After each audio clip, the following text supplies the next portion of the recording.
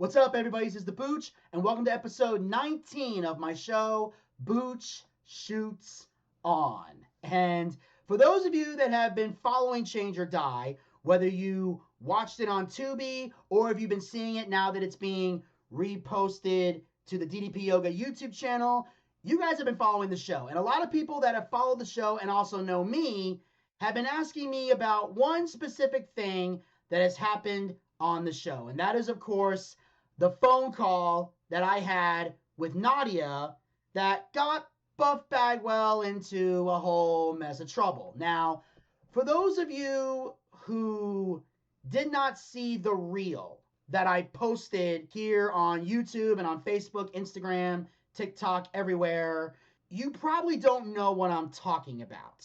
So for those people that didn't see the reel that I posted, I am going to play the clip for you that came from Change or Die that coincides with this topic that I'm going to be talking about today on Booch Shoots On. But before I play the clip, I want to give a little bit of a disclaimer here so there's no misunderstandings. Even though right now, currently, it is the year 2026 that I'm sitting here talking to you guys about this phone call, everything that you see on Change or Die was shot and recorded in 2022. So a lot of this footage is 4 years old because, as you can see, if you look at Buff in the video, he's very much still on the somas and the alcohol. He's going through the whole detoxing of all that. Also, he still has the leg. It hasn't been amputated yet. So that's why there's a lot of differences in here. So the stuff that I talk about, or the stuff that Buff talks about, or Dallas talks about, or anybody talks about regarding Change or Die is everything that went down in 2022. So we're talking about stuff that happened in 2022 through 2026 eyes. So that's how we're giving this perspective. So anything that I talk about is about what was going down during that time. Because obviously, if you fast forward to today, Buff is clean and sober and happy, and everybody's doing well from the Change or Die, except for one particular individual, which I won't say anything if you haven't seen Change or Die. Just go watch it. I'll just say best double turn in the history of reality TV, even though today is not a reality show. And obviously, I'm going to be talking a lot about Change or Die in a separate video. But for this particular episode, I'm only going to talk about the phone call between myself and Naddya, who works for DDP Yoga. So before I get into that, check out this clip. So he wasn't here, and we were trying to figure out the schedule because we're trying to get everybody on a schedule. And so Naddya calls Vinny, or calls Buff first. Buff's like, oh, my flight's got I had to change my flight. I didn't get in until today or whatever. So then she called Vinny. Vinny said, oh, I picked him up from the airport last night. So by the way, he said he wasn't here and he was here. So he was in town, but he told Naddya that he wasn't. I think one of the challenges with Buff is that we're not sure when he's just going home to sleep. And he hasn't 100% bought into the fact that this is a fully immersive experience. He needs to live here, not just sleep here a couple nights a week. He needs to live here. So I would just be like, now, did you get back on Sunday or Monday? Because they needed you back in the house, and let him just lie. No, yeah, great idea. How's it feel now? A lot better. A lot better. I mean, everything does. Shoulders, everything, because he adjusts to be good. Did Vinny give them a full schedule? Like, did you not get in till Monday? You know, because you weren't here yesterday. Yeah, right? I came in Monday. That's when I couldn't come in till Monday. That's when I came in Monday morning. Okay, well, just so you know. Yeah. Naddya called Vinny. Right. And Vinny said he picked you up on Sunday. That's when I came. Well, I came in Sunday, but it was Sunday at midnight. You said I came in on Monday. No, I'm saying, I came in Sunday night at midnight. There was no way to get here at midnight. The bottom line is... So Monday morning I came, when she called, I said, I'll be here. I'll come heading that way. One of the things that Buff says all the time is that he doesn't lie, but we seem to catch him in lies all the time. Yeah, not exactly Buff Bagwell's finest hour. I guess we can agree on that. Now, obviously, the girl you saw at the end of that clip, that's Naddya. That's the girl who works for DDP Yoga and a person that I was in constant contact with throughout the Change or Die shooting. Because as you guys know, if you saw the first episode, I came in with Buff to help him get settled in. because at the time, I was Buff Bagwell's manager. Because Buff had a manager for a long time. This is back when Buff and I were working independent shows together. We worked for UCW together for a period of time. And then we did a podcast together for a while. And during that time, he had a manager. Well, he and that manager had a falling out. And Buff had reached out to me and said, hey, I'm looking for a new manager. You're one of the few people that I trust right now. I'd like to offer you the job. And I accepted. And I was managing Buff during this time. So while we were going through the process of trying to get the schedule and everything figured out, because Buff was going to be traveling on the weekends and DDP was allowing both him and Butterbean to do that throughout the show, I was in constant contact with the DDP Yoga people. And obviously they were in contact with Buff. So from time to time, Naddya would call Buff to get some information and Buff would ask questions. And then, of course, Naddya would reach out to me and Steve Yu would reach out to me and even Dallas himself from time to time would reach out to me. And sometimes there were things that were kind of happening. Either Buff was sometimes being difficult with things, or sometimes I'd have a conversation with Dallas and he'd be really intense on the phone, because it took me a while to realize that's just how he talks. And I was just kind of like, whoa, because I've worked with Dallas in the past, but he was never that intense before. So a lot of things were kind of throwing me off. So basically, after all this was going on, Naddya and I had a conversation, said, let's just make this easy and we'll just communicate with each other. So that's kind of what Naddya and I did. We kind of had an understanding of, if Naddya needed something Buff related, she would call me and I would make it happen. Or if I had a DDP Yoga related thing, I would call Naddya and make it happen, because Naddya was more available, because Steve was very hands-on with the documentary and Dallas was traveling around doing his own thing. So Naddya was just the easiest one to get in contact with. So we kind of did that. So you know how like in Hollywood, when people would say, oh, have your people call my people and we'll set up the meeting? Well, Naddya and I, we the people. If you're a wrestling fan, you'll get that joke. So anyway, Naddya and I were in constant contact throughout the entire series. And the first time we actually talked, we were getting the schedule figured out and working on the availability. And also at one point, I asked this question, and I remember Buff was not comfortable with me asking this question, but I only asked it because I was told early on through conversations with Steve and Dallas that they were very hands-on when people would travel. And I'll just leave it at that. I'm not going to go into deep detail. I'll just say they were very hands-on with people's travel arrangements. So I asked Naddya on the phone. I said, hey, when Buff goes to these shows on the weekend, whether he's driving somewhere or going to the airport, am I still allowed to do that, or are you guys going to be taking all of that over? And Naddya flat out said, oh, you can drive him. That's no problem. In fact, you'll be helping us out a great deal. And I said, awesome. Thank you so much. And that was the end of the conversation. That was the last thing I asked her. She hung up the phone. I hung up the phone. We were good. And Buff said, bro, why are you asking for special privileges? I'm like, I'm not. I was just double checking because they said they were hands-on, but they were still cool with me taking Buff to the shows on the weekends, which is what I would do. I would go down to the accountability crib while the guys were filming, because they were filming all the time. I would grab Buff's suitcases. I'd grab his stuff, his meds, everything. We get in the car and we would drive to wherever show we were going. And if we were staying there for a period of time, like in a hotel over the weekend or something, we would do that. Or I'd drive him right back and do that. Or I'd take him to the airport, drop him off, and then take him to the airport again. Now, that's what we did throughout the series, or throughout the show. That was our arrangement that Buff and I had. Other than that, I was not near the crib.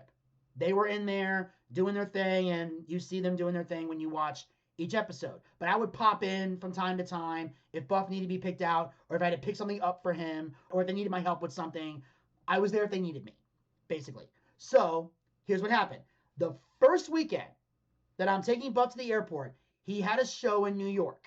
And it was a Friday, Saturday type of show. So I did what I normally do.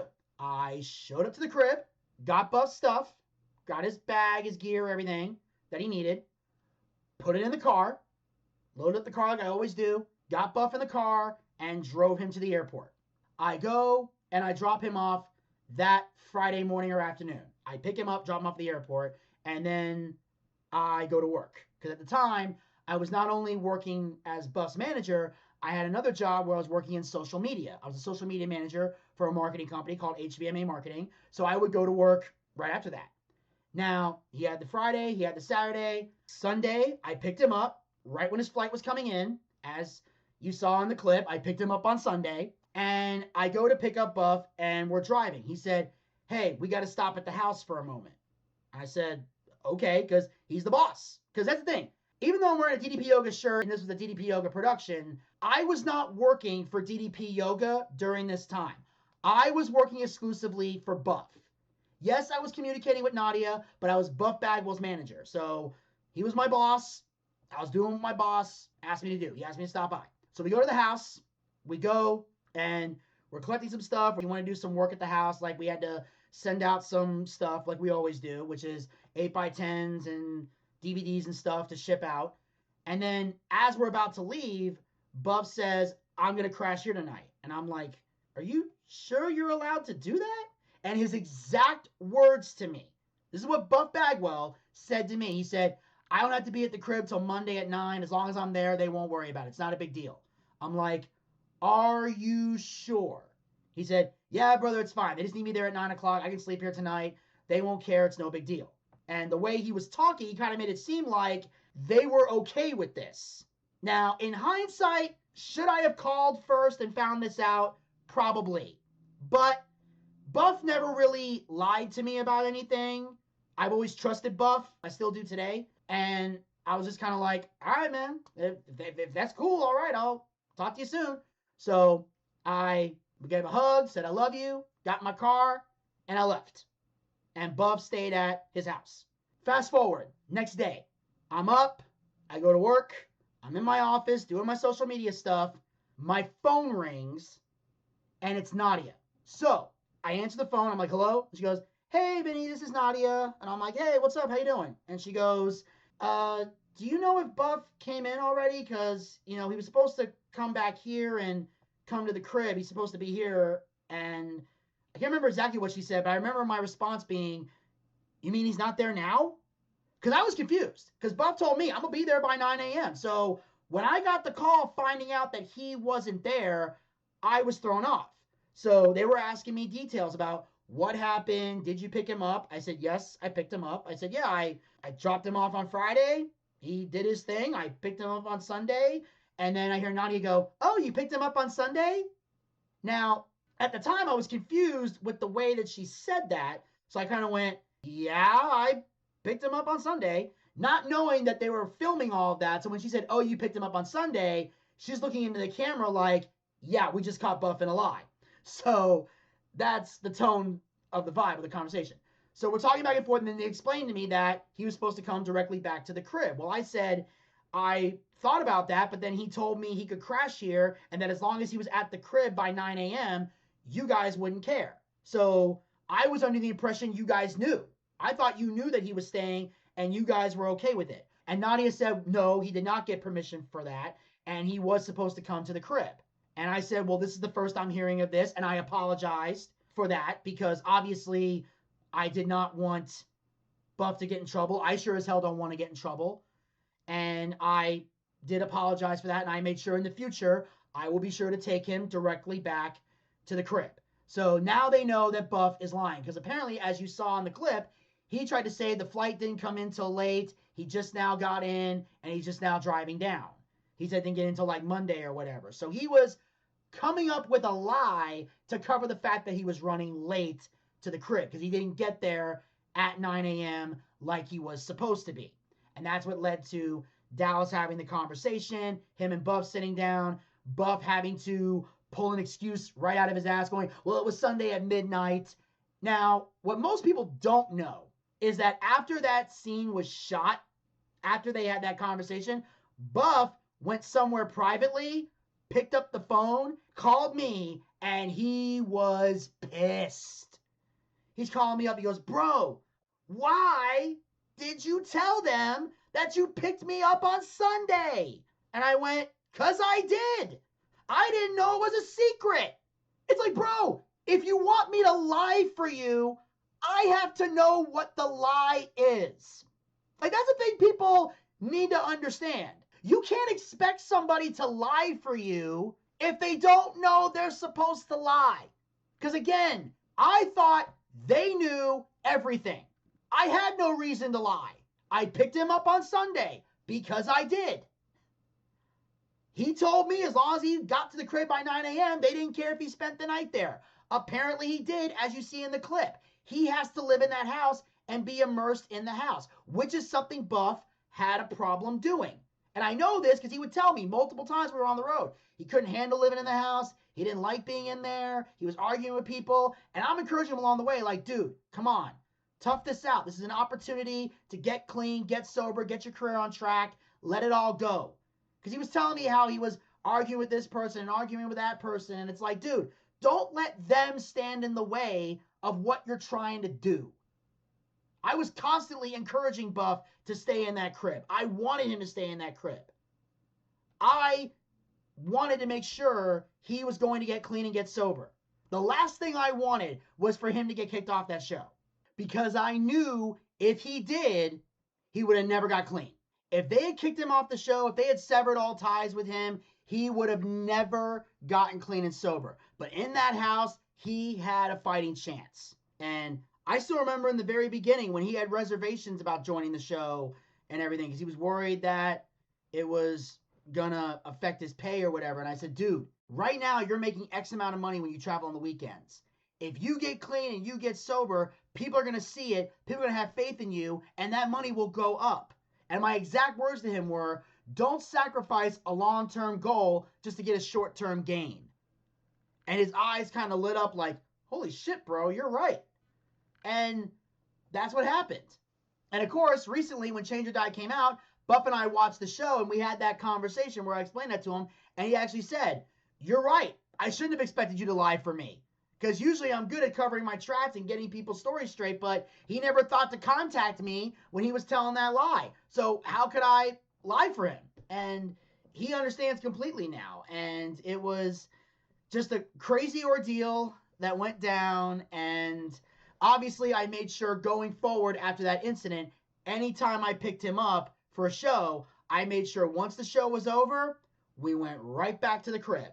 I made sure when I picked him up from the airport, it was straight back to the crib. It took one DDP yoga lecture to get my ass back on track. So, yes, that's the phone call that I had with Naddya. And like I said, I'll talk more about Change or Die on a later episode. But I hope you guys enjoyed this latest episode of Booch Shoots On. Make sure you guys hit the subscribe button and ring that bell to be notified so you won't miss another episode of Booch Shoots On, as well as other additional Booch 365 YouTube content. I'll talk to you guys soon. Until then, pizza, baby!